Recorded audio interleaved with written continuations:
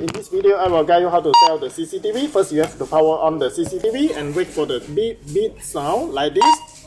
Okay, and then you take out your phone setting. Go to the Wi-Fi section. Okay, you can see my phone is connected with the internet Wi-Fi, which is LOE. This is our home internet Wi-Fi. So what you need to do right now is you need to connect with the CCTV Wi-Fi. The Wi-Fi name starts with the IPC. You need to connect on this Wi-Fi. Okay, and then you key in the password 1 2 3 4 5 6 7 8. Double check the password and you click connect. Okay, so wait for connected.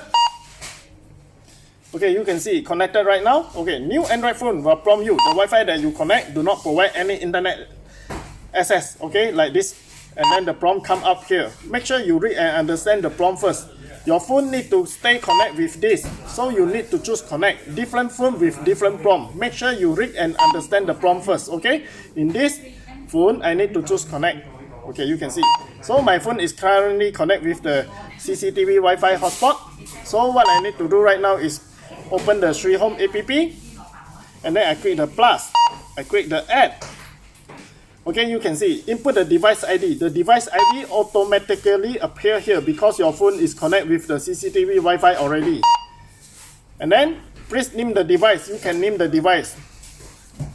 The device CCTV original password is 888. This is device password. Okay, key in this password. Okay, click next. Connect the camera to Wi-Fi network.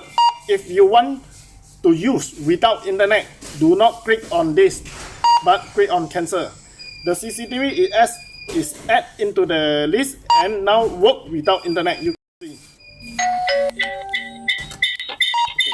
There's an echo sound because my phone near the CCTV and it have an echo sound. Okay, you can see this is how the CCTV to work and record without internet. Okay, let's take a look on the outside. You can see on the screen. Okay.